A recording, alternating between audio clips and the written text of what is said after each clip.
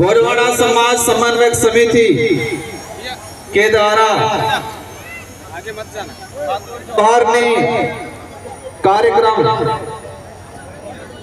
आदिवासी समुदाय के पुरखों द्वारा इस फसली त्योहार को पूरे देश के अंदर मनाया जाता है।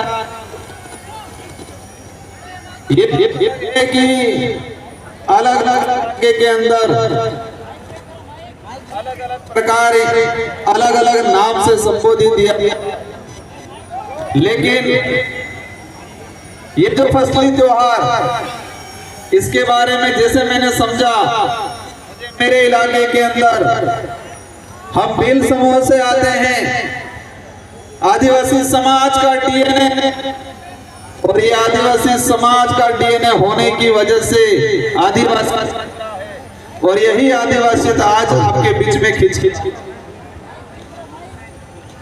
साथियों, मंच पे विराजमान हमारे समस्त आदिवासी समुदाय के समस्त सामाजिक संगठनों के पदाधिकारी और हमारे बीच में आके स्थानीय सांसद महोदय, स्थानीय विधायक महोदय भी आए थे, उनका भी मेरी ओर से तहे दिल से सेवा जोहार करना चाहूंगा।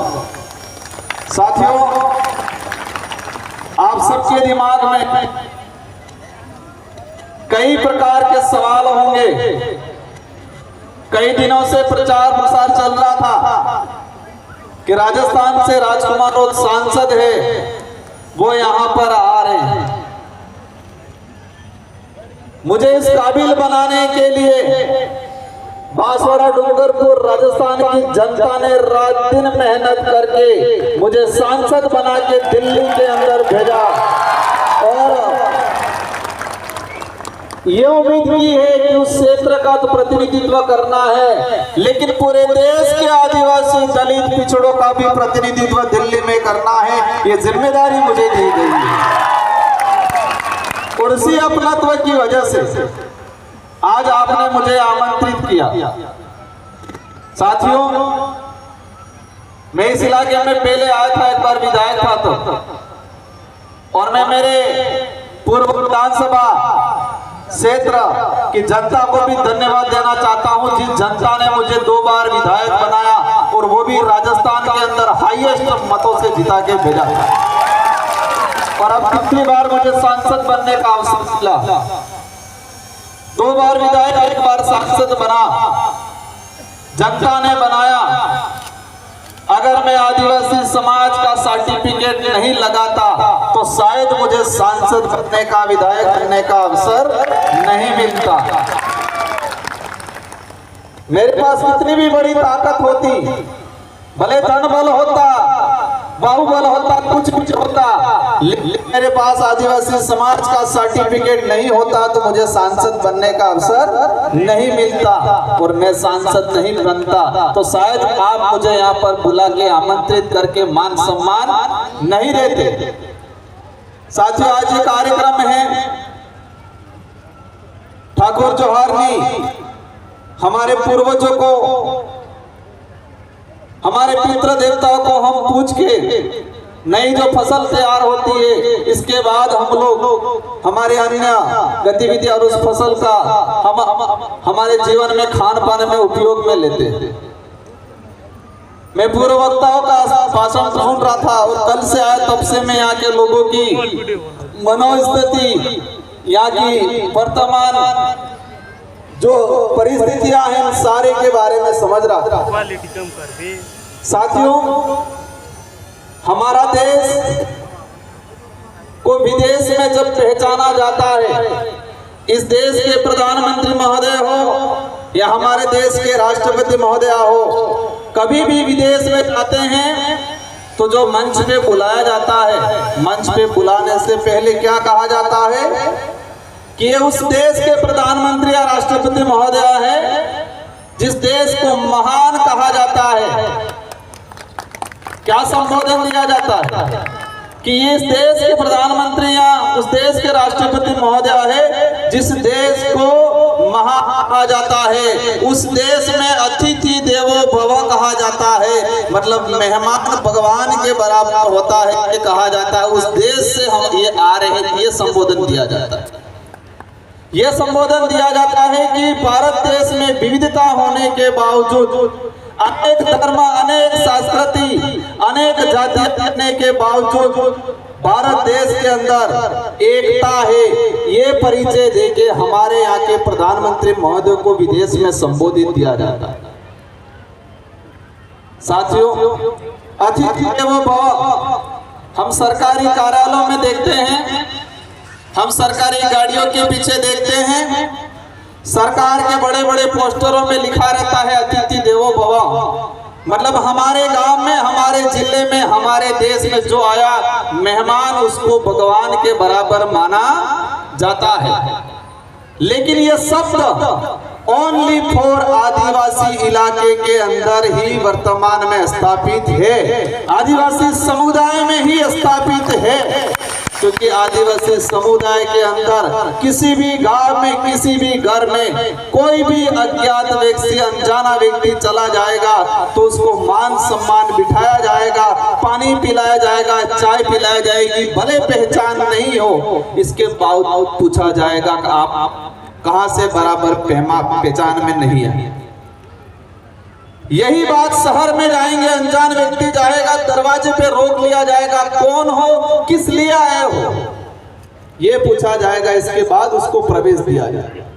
तो अतिथि देवो जो भव शब्द है वो कहीं न कहीं आदिवासी समुदाय की संस्कृति, समुदाय के रीति रिवाज और आदिवासी समुदाय के अंदर जिस तरह से हमारे अतिथि को आज एक देवो भव शब्द के संबोधन के हिसाब से लाया गया, तो ये अतिथि देवो भव आदिवासी समुदाय की संस्कृति से निकला हुआ शब्द है, जो विदेश में आज प्रचलन में और हमारे देश का एक मजबूत शब्द के रूप में यूज किया जाता है।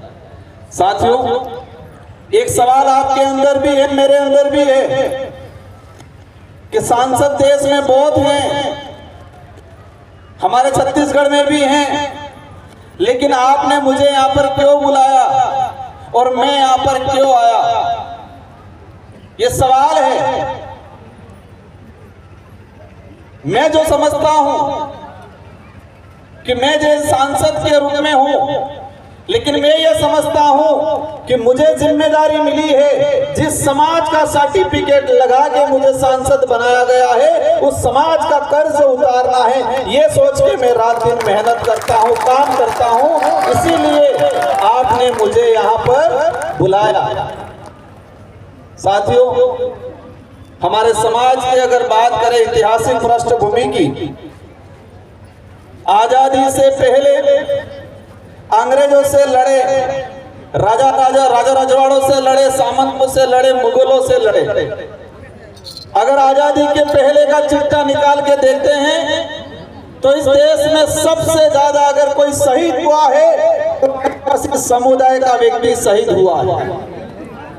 भारत देश को आजाद कराने में अगर सबसे ज्यादा किसी का खून बहा है तो वो आदिवासी समुदाय का है, हमारे पूर्वजों का है। लेकिन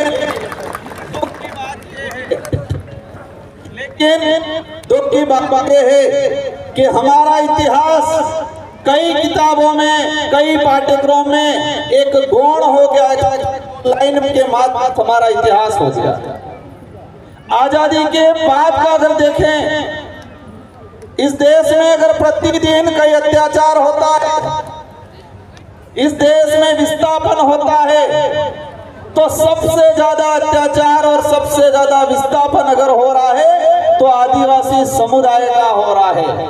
आज की तारीख, भले वो छत्तीसगढ़ में हो, भले वो झारखंड में हो, भले वो राजस्थान में हो, लेकिन विकास के नाम से अगर विस्थापन हो रहा है तो सबसे ज्यादा आदिवासी समुदाय का है। ये जो कागज पकड़ाया गया मुझे, हमारे आयोजन कमेटी ने बताया कि इन मुद्दों पे बात करना है। साथियों, हमारी जो संस्कृति है, परंपरा है,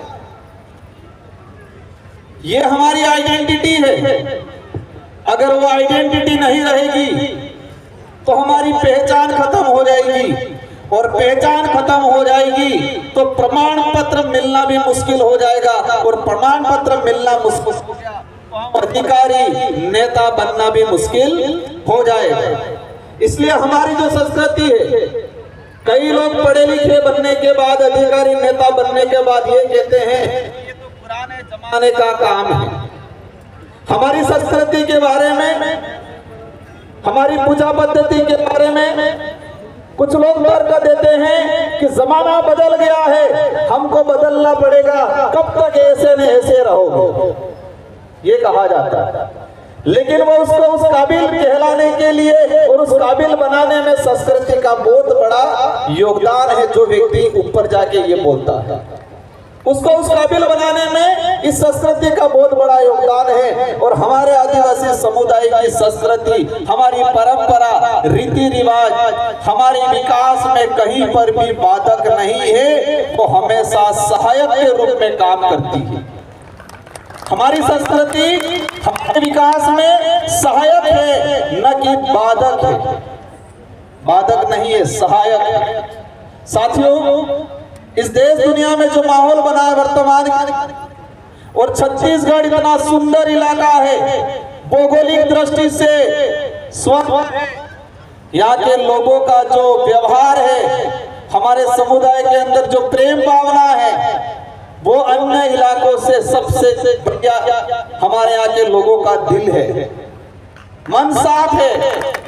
एक सुंदर छत्तीसगढ़ को पूरे देश में अलग नजरिए से देखा जा रहा है। आज मुझे दुख है इस बात का, एक सुंदर छत्तीसगढ़ जो भौगोलिक दृष्टि से, सांस्कृतिक दृष्टि से, यहाँ के लोगों का व्यवहार, यहाँ के लोगों का प्रेम भाव पूरे देश बेस्ट है, लेकिन छत्तीसगढ़ को पूरे देश में वर्तमान में एक अलग नजरिए से देखा जाता है।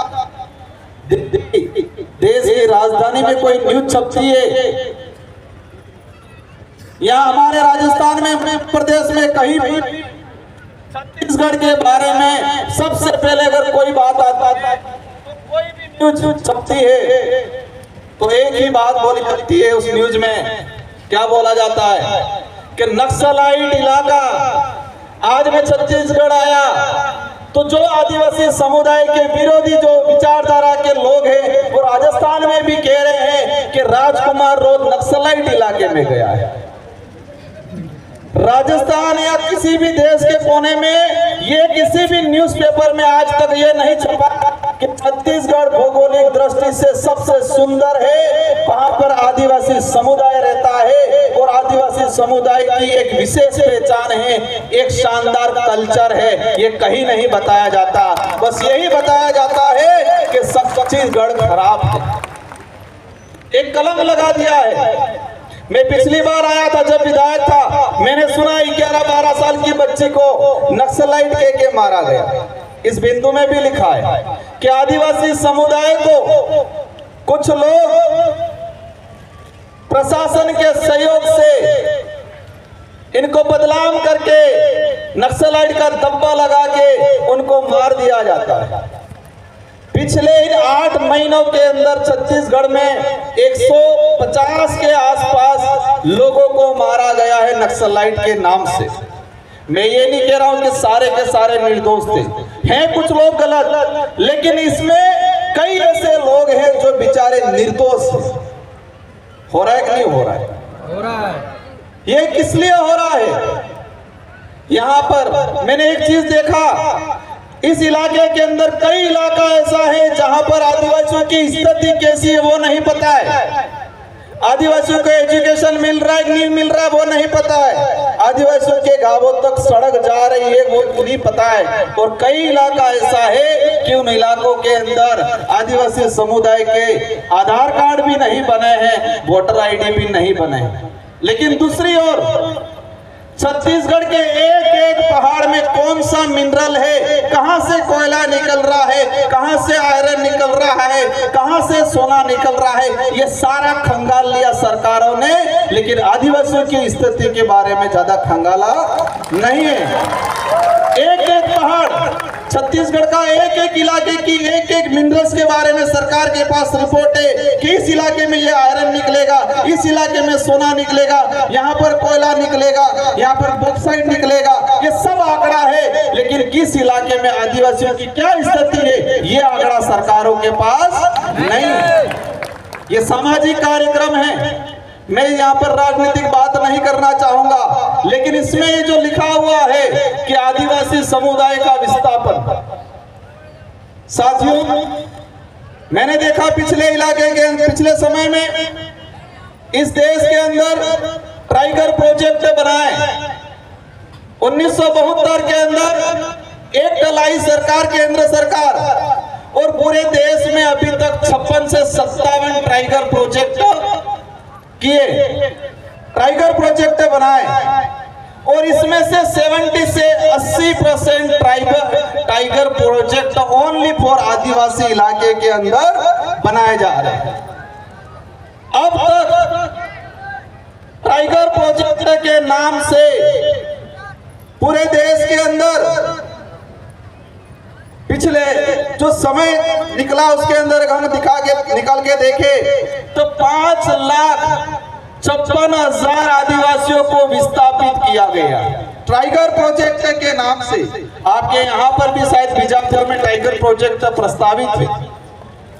इससे चौंकन करने वाली बात, 1972 से लगा के 2021 तक 2.5 लाख आदिवासी विस्थापित हुए, लेकिन 2021 से 2024 तक मात्र 4 साल के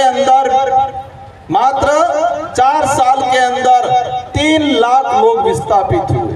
3 लाख लोग विस्थापित किए थे टाइगर प्रोजेक्ट के नाम से।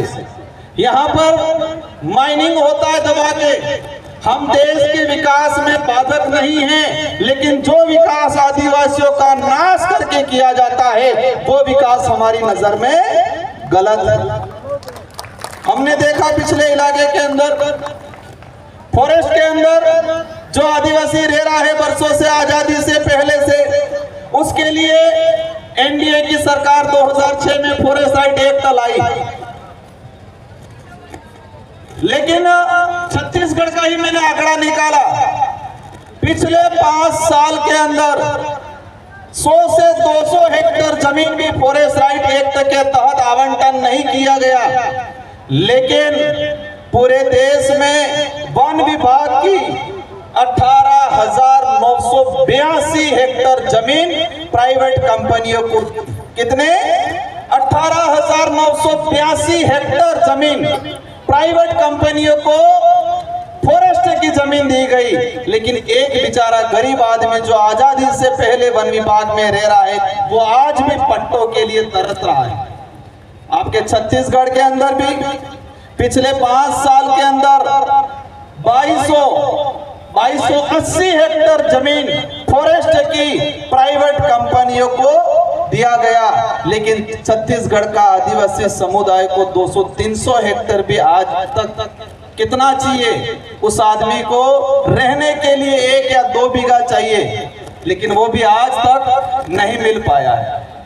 साथियों, ये लड़ाई लंबी है, ये लड़ाई राजनीति करने की भी नहीं है। ये लड़ाई जो हमारे पुरखे लड़के गए, हम बिरसा मुंडा जी को याद करते हैं, गुंडाधर बाबा को याद करते हैं, तिलका मांझी को याद करते हैं। उन लोगों ने जल जंगल जमीन की लड़ाई लड़ी।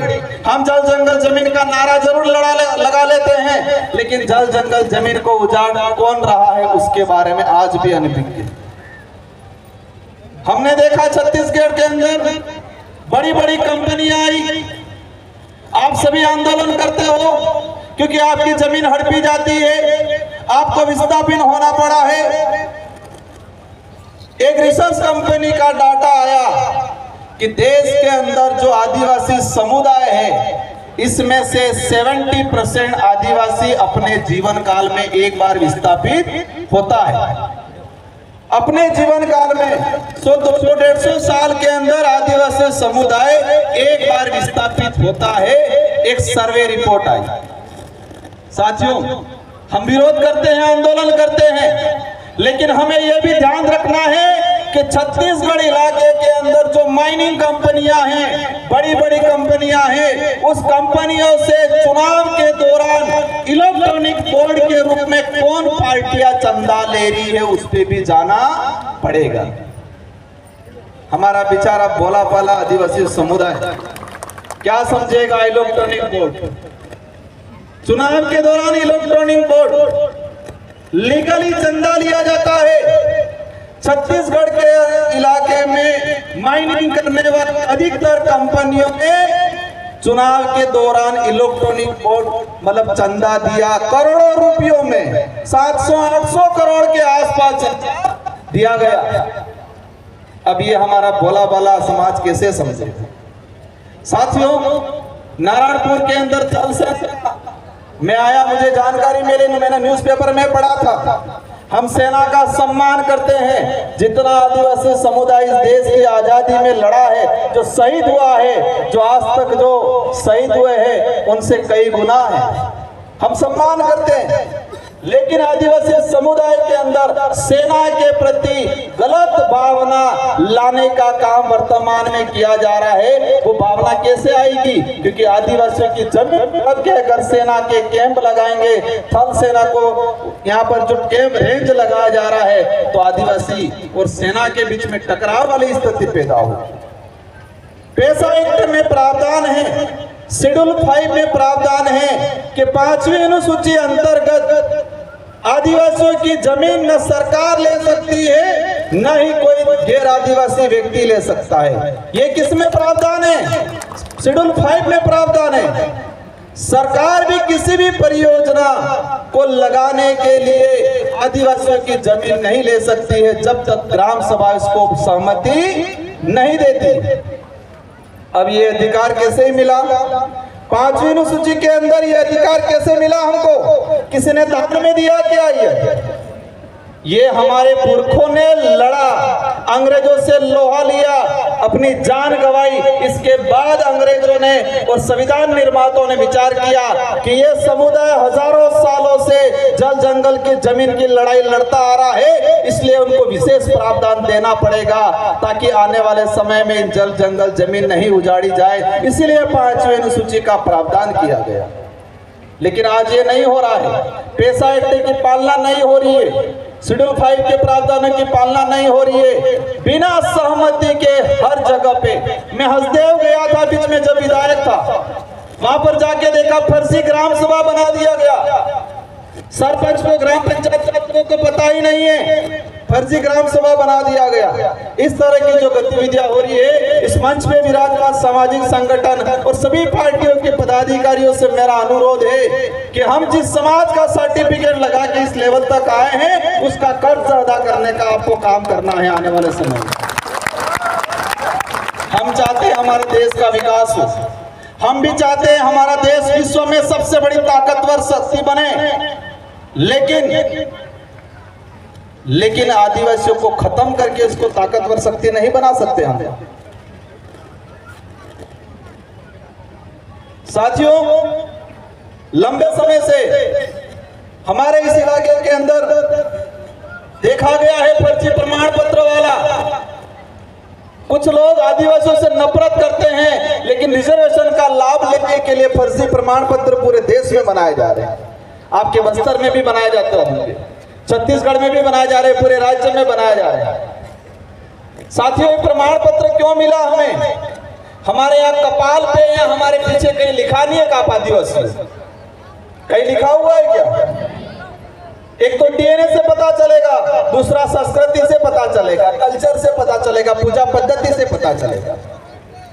लेकिन धीरे धीरे देश के अंदर हम देख रहे हैं कि हमारी संस्कृति पे कलम चढ़ाने का काम हो रहा है, हमारी पूजा पद्धति पे कलम चढ़ाने का काम हो रहा है। और धीरे धीरे हम पढ़े लिखे कई लोग संस्कृति को भूलने की बात भी किया जाता है। साथियों, एक लंबे समय से एक जंग छिड़ी रहती है पूरे देश के अंदर। मैं सांसद बन के गया और मैंने संसद के अंदर बोला कि आदिवासी समुदाय धर्मपूर्वी समुदाय, हमारे संचालक महोदय कहते थे कि यहाँ पर हमें ये राजनीतिक मंच नहीं है, ना ही ये धार्मिक मंच है, लेकिन ये ज्ञापन दिया, उसमें मुझे लिख के दिया गया कि आदिवासी धर्म कोड लागू करने पर, इस ज्ञापन में दिया गया है कि आदिवासी धर्म कोड जारी किया जाए। जब इस बात में काफी भूचाल आता है तो पता नहीं माइक के साथ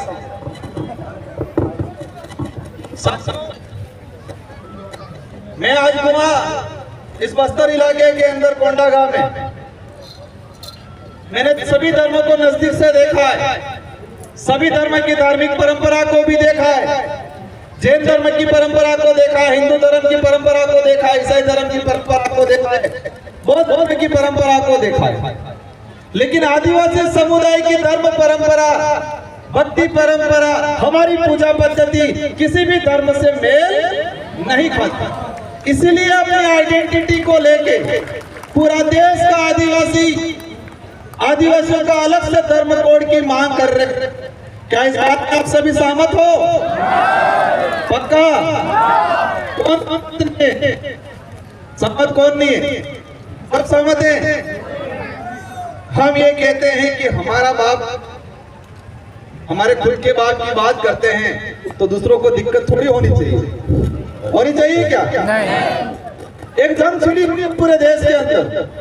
हम किसी भी धर्म के विरोधी नहीं है, हम किसी भी धर्म के विरोधी नहीं है, लेकिन आदिवासियों की अपनी परंपरा, अपनी आइडेंटिटी को बचाना हमारी जिम्मेदारी है। और उसमें जब भी बात करते हैं, मैंने संसद के अंदर भी कहा था कि आदिवासी समुदाय न हिंदू है, न ईसाई है, न सिख है, न बौद्ध है, आदिवासी है। हमें आदिवासियों की संस्कृति, हमारी आइडेंटिटी को बरकरार रखना है। आप सभी के साथ से हमारी लड़ाई धर्म की भी, एक बात में भी समझना है, हमारी लड़ाई हमारी संस्कृति बचाने की है, हमारी लड़ाई हमारा इतिहास को, वास्तविक इतिहास को आने वाली पीढ़ी को बताने की है, हमारी लड़ाई रिजर्वेशन की है, हमारी लड़ाई जंगल जमीन की है, हमारी लड़ाई आइडेंटिटी बचाने की है। लेकिन धर्म की बात इसलिए बार बार छेड़ी जाती है कि इस देश के अंदर हमने देखा कि आदिवासी समुदाय कई इलाके में ईसाई भी बना हुआ, कई इलाकों में आदिवासी समुदाय, महाराष्ट्र का कुछ इलाका उधर मुस्लिम भी बना हुआ है, कुछ इलाकों में आदिवासी समुदाय हिंदू भी बना हुआ है, कुछ इलाकों में आदिवासी समुदाय सिख भी बना हुआ है। इस देश के प्रत्येक कोने में, हर इलाके में आदिवासी समुदाय है, लेकिन अलग अलग धर्मों में बटा हुआ है। इसी वजह से छत्तीसगढ़ या बस्तर या किसी झारखंड में आदिवासी समुदाय पे अत्याचार होता है तो देश का आदिवासी एक नहीं हो पा रहा है।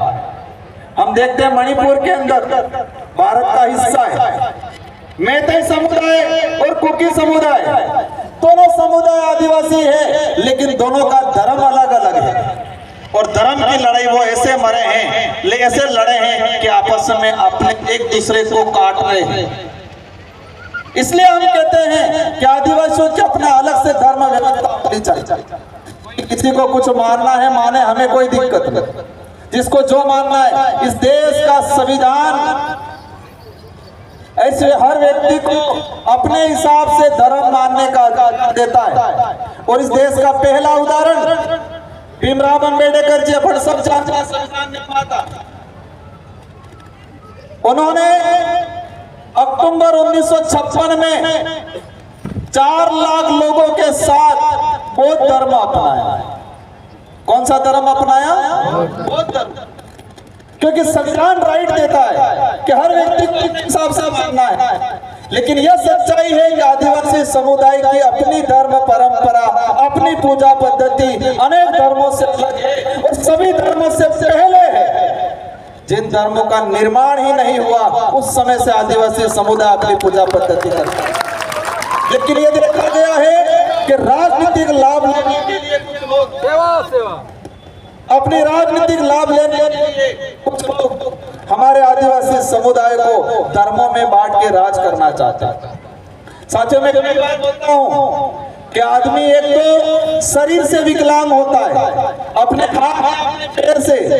अगर हाथ पैर से विकलांग अपन को दिखता है कि इसका हाथ टूटा हुआ है, इसका पेड़ टूटा हुआ है, लेकिन इस देश में कुछ विचारधारा ऐसी है जो इंसान को दिमाग से विकलांग बनाने का काम। मेरी बात को समझे होंगे आप। किस देश में कुछ विचारधारा ऐसी है जो हमारे समुदाय के कुछ लोगों को दिमागी रूप से, मानसिक रूप से विकलांग बनाने का काम करते हैं। हम आंखों से अंधा है उसको कह सकते हैं आगे खड्डा है, वो अपनी बात मान लेगा, लेकिन जो दिमाग से अंधा है उसको कहेंगे आगे खड्डा है, तो वो अपन से लड़ने के लिए आएगा। और यही हो रहा है आज। आप जब अधिकारों की बात करोगे, आप जो संस्कृति की बात करोगे, आप आदिवासी धर्म कोड की बात करोगे, सबसे पहले आप जो मानसिक रूप से विकलांग है वो आपके सामने आके खड़ा रहेगा, आपसे लड़ेगा। यही स्थिति पूरे देश के अंदर बनी हुई। साथियों, रिजर्वेशन की बात करें, हमें ये दिक्कत है आज तक हमारे आदिवासी इलाके के अंदर अनेक कथाएं होती है, कुछ पार्टियां भी कराती है, हमें कोई दिक्कत नहीं, लेकिन हम ये चाहते हैं कि आदिवासियों का भला चाहते हो, आदिवासियों का भला चाहते हो तो दूसरी कथाएं लगे नहीं लगे, लेकिन संविधान की कथा भी लगाया करो कभी कि आदिवासियों के क्या क्या अधिकार है वो भी बताने की बात करो। सभी प्रकार की कथाएं चाहिए, सभी प्रकार के आयोजन होते हैं, लेकिन मेरा एक निवेदन है कि हमें दूसरी कथा लगे नहीं लगे, लेकिन संविधान के संबंधित कथा लगाया करो और इसमें आदिवासियों के क्या अधिकार है वो भी बताने की बात किया करो। हम लोग शिक्षा की बात करते हैं, शिक्षा कितने प्रकार की है? 3 प्रकार की शिक्षा है। पहली जो हमें परिवार से और समाज से सीखने को मिलता है। किससे मिलता है? परिवार से, समाज से सीखने को मिलता है, वो पहली शिक्षा है। और दूसरी शिक्षा जो पाठ्यक्रम के माध्यम से नौकरी प्राप्त करने के लिए मिलती है शिक्षा। और तीसरे नंबर की शिक्षा जो किसी पाठ्यक्रम में नहीं पढ़ाई जाती है वो शिक्षा है आपके संवैधानिक कई अधिकार, आपका इतिहास, आपका कल्चर, आपकी आइडेंटिटी, वो शिक्षा भी प्राप्त करने की जरूरत है। अब हमारे लोग पाठ्यक्रम वाली शिक्षा प्राप्त करके अधिकारी, कर्मचारी, नेता बन जाते हैं, लेकिन जो हमारे समाज के इतिहास जो किसी पाठ्यक्रम में नहीं दर्शाया जाता है, हमारे समाज के अधिकार जो किसी पाठ्यक्रम में नहीं दर्शाए जाते हैं। मैं जानना चाहता हूं कि छत्तीसगढ़ के अंदर पाठ्यक्रम जो है उस पाठ्यक्रम में शेड्यूल 5 के प्रावधानों के बारे में किस किस कक्षा में पढ़ाया जा रहा है? पढ़ाया जा रहा है किसी कक्षा में? क्यों नहीं पढ़ाया जा रहा है? पेशा एक्ट कानून क्यों नहीं पढ़ाया जा रहा पाठ्यक्रम में? आदिवासी समाज की बहन बेटियों पे इस देश में 100 साल तक स्तन टैक्स लगा है। क्या लगा है? स्तन टैक्स। उसको किसी पाठ्यक्रम में क्यों नहीं पढ़ाया जा रहा है? आप 6000 साल पुरानी बात को पाठ्यक्रम में पढ़ा रहे हो, लेकिन 300 साल 250 साल पहले हमारी बहन बेटियों पे स्तन टैक्स के बारे में क्यों नहीं पढ़ाया जा रहा है? आजादी से कुछ समय पहले तिलका मांझी, बिरसा मुंडा के बारे में क्यों नहीं पढ़ा जा रहा है? मैंने देखा है एनसीईआरटी के अंदर पिछले 10 सालों के अंदर आदिवासी समुदाय के इतिहास के संबंधित, आदिवासी समुदाय के अधिकार के संबंधित अगर कहीं छोटा मोटा भी था उसको भी हटाने का काम किया है। एनसीईआरटी की 12वीं की किताब बिरसा मुंडा का इतिहास लिखा था, बिरसा मुंडा के उपदेश लिखे थे। बिरसा मुंडा ने कहा था कि आदिवासी समुदाय की पूजा पद्धति अनेक धर्मों, अन्य धर्मों से अलग है, वो किसी भी धर्म में मेल नहीं खाती है। बिरसा मुंडा जी ने उपदेश दिया था। एक लेखक ने लिखा था, वो कई सालों से एनसीईआरटी में पढ़ाया जाता था, लेकिन 2024 में उसको हटा दिया गया और कहा कि आदिवासी बिरसा मुंडा जी हिंदू धर्म को अपनाना यूके के चले गए। पर वो सच्चाई नहीं था। मैं किसी धर्म का विरोधी नहीं हूं, लेकिन ये बात जरूर है कि आदिवासी समुदाय सभी धर्मों से पहले है। आदिवासी समुदाय की अपनी खुद की धार्मिक व्यवस्था है, ये सच्चाई है। हिंदू विवाह अधिनियम 1955, हिंदू उत्तराधिकार अधिनियम 1956 इसमें स्पष्ट कर रखा है कि हिंदू विवाह अधिनियम आदिवासी समुदाय पर लागू नहीं होता है। क्यों? क्योंकि आदिवासी समुदाय हिंदू नहीं है। ये मैं नहीं कह रहा हूं, ये हिंदू विवाह अधिनियम कह रहा है। सुप्रीम कोर्ट के कई जजमेंट कह रहे हैं, हाई कोर्ट के कई जजमेंट कह रहे हैं, इतिहास कह रहा है, संविधान कह रहा है कि आदिवासी समुदाय आदिवासी है वो सभी धर्म पूर्वी समुदाय है। ये सच्चाई। साथियों, आरक्षण की बात को मैंने थोड़ा अलग वे में थोड़ा लेके बताया। आरक्षण की बात करते हैं, यहाँ पर लिखा है मुझे कि आरक्षण 100% लागू किया जाए। कितना प्रतिशत? शेड्यूल एरिया के अंदर रिजर्वेशन 100% लागू किया जाए। क्या यह सच्चाई है? क्या यह संविधान में प्रावधान है? 100% रिजर्वेशन लागू होना चाहिए। ये बात आप सब कर रहे हो? मांग कर रहे हो नहीं कर रहे हो? कर रहे हो। क्या संविधान में इसका प्रावधान है? संविधान में प्रावधान है। शेड्यूल एरिया, शेड्यूल 5, शेड्यूल 6 में जमीन का हो, शासन प्रशासन में 100% रिजर्वेशन आदिवासियों को मिलना चाहिए। ये संविधान के अंदर है और इम्प्लीमेंट भी हुआ है कुछ इलाकों के अंदर। आंध्र प्रदेश आपका दूर नहीं है। आंध्र प्रदेश राज्य में 100% रिजर्वेशन 7 साल तक मिला।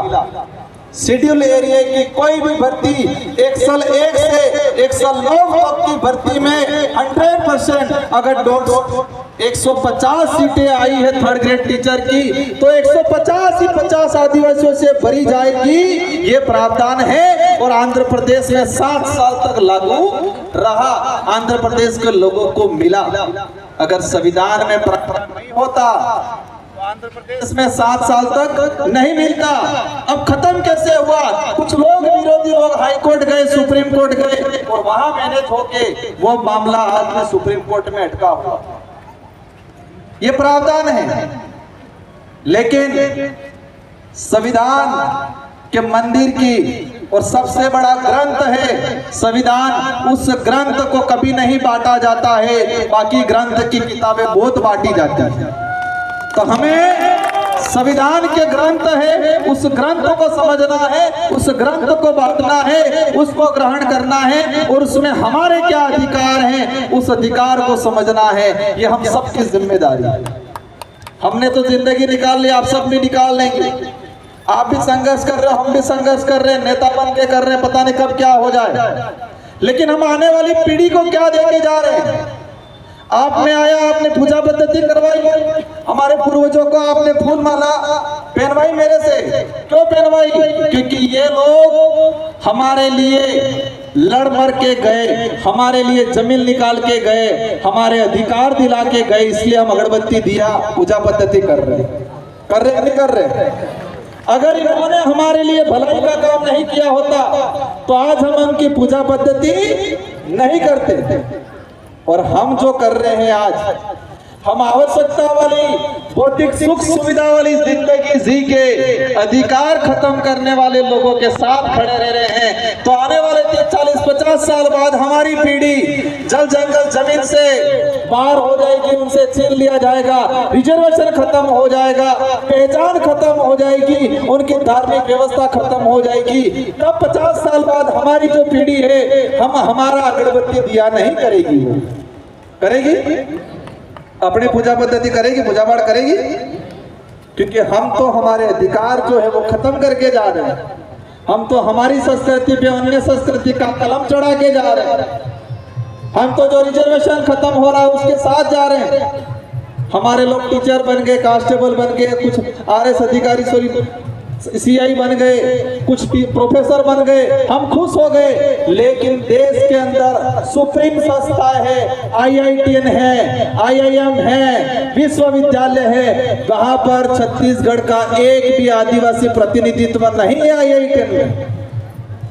पूरे देश के IITN जो हैं, पूरे देश के विश्वविद्यालय हैं, यहाँ पर आदिवासियों का प्रतिनिधित्व 2.5% है आज भी। अगर 100 प्रोफेसर हैं विश्वविद्यालय में तो वहां पर 2 से 3% आदिवासियों का प्रतिनिधित्व है। और इसमें भी देखा जाए तो हमारे इलाके का आदिवासियों का प्रतिनिधित्व आज भी नहीं है। इसलिए साथियों, मेरा आज आने का उद्देश्य ये है कि हमारे अंदर जागरूकता है, हम हमारे अधिकारों को पहचाने, हमारा दुश्मन कौन है उनको पहचाने, और दुश्मन से लड़ाई हमको विचारों से लड़नी है। और हमारे विचारों में इतनी ताकत है कि आने वाले समय में अवश्य पूरे देश के आदिवासी समुदाय एक मंच पे आए। संविधान में प्रावधान इसलिए कर दिया है रिजर्व सीट का, ताकि उस समाज का एमएलए एमपी जाके समाज का प्रतिनिधित्व करेगा। लेकिन आज देश के अंदर जिस समाज का सर्टिफिकेट लेके जनप्रतिनिधि जाते हैं, उस समाज के प्रति उत्तरदायित्व कम रहते हैं, उस समाज के प्रति वफादार कम रहते हैं, उस समाज के प्रति जवाबदेही कम रहते हैं। वो जवाबदेही किसके रहते हैं? हाईकमान की। वो वफादार किसके रहते हैं? वो उत्तरदायित्व किसके रहते हैं? लेकिन हमें ऐसा माहौल क्रिएट करना है, आप कहीं भी पार्टी में रहो, मुझे कोई दिक्कत नहीं, लेकिन ऐसे जनप्रतिनिधि को हमें तैयार करना है कि जो समाज के प्रति उत्तरदायित्व रहे, समाज के प्रति वफादार रहे और समाज के प्रति जवाबदेही रहे। ऐसे लोगों को हमें तैयार करने की सख्त जरूरत है। साथियों, समय काफी हो चुका है, मुझे भी जाना है, लेकिन मैं आपसे एक निवेदन करके जाना चाहूंगा। ये संस्कृति, ये आपकी ताकत है। ये बोली भाषा, हल्बी भाषा, गोंडी भाषा, ये हमारी आइडेंटिटी है। और आंदोलन छेड़ना है कि हल्बी भाषा, गोंडी भाषा को राज्य लेवल पे 8वीं सूची के अंदर केंद्र सरकार को प्रस्ताव भेजो। और मैं आपकी इस बात को, हल्बी भाषा, गोंडी भाषा, इन भाषाओं को 8वीं अनुसूची के अंदर जोड़ने के लिए केंद्र सरकार को पत्र भी लिखूंगा। और लोकसभा में आपकी हर समस्या को लेके, आपके जल जंगल जमीन को लेके, आपके अधिकारों को लेके, आपके बोली भाषा के संरक्षण को लेके अवश्य हम लोकसभा के अंदर आपकी बात रखेंगे। और मैंने एक चीज देखा, हमारा टीचर जा रहा है स्कूल में, बच्चा तो हल्बी बोल रहा है, गोंडी बोल रहा है, और टीचर को गोंडी और हल्बी आ ही नहीं रही है। बच्चा क्या पढ़ेगा? बच्चा ड्रॉप आउट हो रहा है। इसलिए सरकार से मांग करनी है, मेरी ओर से भी मदद करूंगा कि जो भी टीचर लगाया जाए, या तो अलग से एक पद क्रिएट किया जाए जो हल्बी और गोंडी भाषा को जानता हो, उस भाषा से संबंधित टीचर लगना चाहिए हमारे आदिवासी इलाके में। या जो भी आरपीएससी आपके यहाँ जो एग्जाम होते हैं, उस एग्जाम में ये किया जाए कि 5% या 10% हल्बी गोंडी भाषा के नंबर होने चाहिए। जिसको गोंडी और हल्बी आती है उसी को 10% नंबर दिया जाए, ये प्रावधान होना चाहिए। तो ही हमारी भाषा बचेगी, और भाषा बचेगी तो हमारी आइडेंटिटी बचेगी। इन्हीं शब्दों के साथ आप सबको दिल से धन्यवाद, आभार। आप सभी से अंत में यही अनुरोध है कि हमारे बच्चों को पढ़ाना है, हमारे बच्चों को हमारे हक अधिकार को जानने के लिए कहना है। हमें वास्तविकता की ओर ले जाना है, हमें काल्पनिकता की ओर नहीं जाना है। हमें 300 साल पुराना हमारा समाज का जो इतिहास है उसको समझना है। 6,000 साल पुराने इतिहास को समझेंगे चल जाएगा, लेकिन 500 साल पहले हमारे समुदाय के साथ जो अन्याय हुआ है उसको समझने की जरूरत है। इन्हीं शब्दों के साथ मंचासीन अतिथि, सारी हमारी नारी शक्ति, सारी महिलाएं, पुरुष और सारे हमारे आदिवासी समुदाय के युवा साथियों को धन्यवाद। और एक बात अंत में मैं अपने जाऊंगा कि हमारे अंदर आदिवासी होनी चाहिए। हम गोंड है, आप उराव हो, आप अन्य समुदाय हो, लेकिन आदिवासियों के नाम से सभी को एक होने की जरूरत है। अगर देश लेवल पे हमें समुदाय को आत्मनिर्भर बनाना है तो इन्हीं शब्दों के साथ आप सबको धन्यवाद। मैं बोले राजस्थान से सांसद हूँ, लेकिन छत्तीसगढ़ की, बस्तर की कोई भी बात नहीं की, हम लोग राजस्थान के अंदर आंदोलन करेंगे और देश के संसद के अंदर भी आपकी बात को उठाएंगे। इन्हीं शब्दों के साथ आप सबको धन्यवाद।